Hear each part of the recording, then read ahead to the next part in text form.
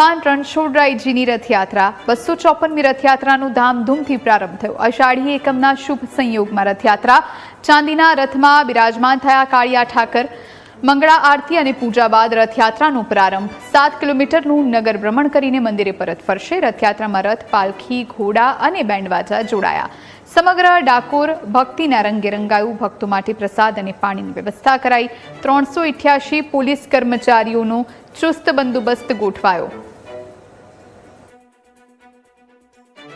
ડાકોર શ્રી રણછોડરાયજી મહારાજ મંદિર ખાતે આ 254મી રથયાત્રા ગણવામાં આવેલી છે। આ રથયાત્રા પુષ્ય નક્ષત્રના દિવસે નીકળવામાં આવતી હોય છે।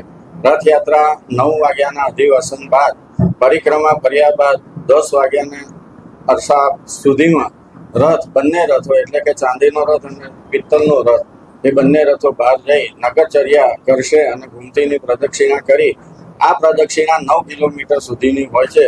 એ 9 કિલોમીટર સુધીની પ્રદક્ષિણા પૂરી કર્યા બાદ રાત્રિના મંદિર પરત ફરે છે। 9 વર્ષથી તો દર વર્ષે અમે ત્યાં રથયાત્રામાં આવીએ છીએ। હવે જે કંઈક મનમાં દિલમાં લઈને આવેલા હોઈએ ને ભગવાનની સામે ઊભા કંઈક વિચારેલું હોય તો આપણે ઘેર જઈને ત્યાં જોઈએ તો આપણું કાર્ય પૂર્ણ થાય। એટલે એક આવી દ્રઢ શ્રદ્ધા છે। હવે મારાથી નથી આવતું, મારો છોકરો દર 11 આવે છે, દર મહિનાની 11 હજી કોન્સ્ટન્ટ ચાલુ જ છે। આજે 254મી રથયાત્રા છે।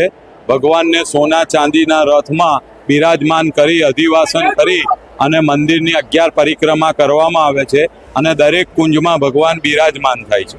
હવે ડાકોરની અંદર આજે રથયાત્રા છે, અમદાવાદમાં કાલે છે। આજે રથયાત્રાનું મહત્વ એ છે કે રણછોડરાય મંદિરની અંદર પંચાંગ મુજબ દર પુષ્ય નક્ષત્રે ભગવાનની રથયાત્રાનો ઉત્સવ ઉજવવામાં આવે છે। આજે પુષ્ય નક્ષત્ર છે અને પુષ્ય નક્ષત્રની અંદર આજે રણછોડરાય ડાકોર મંદિરમાં આજે રથયાત્રાનો ઉત્સવ ઉજવવામાં આવે છે। આ તરફ અમદાવાદ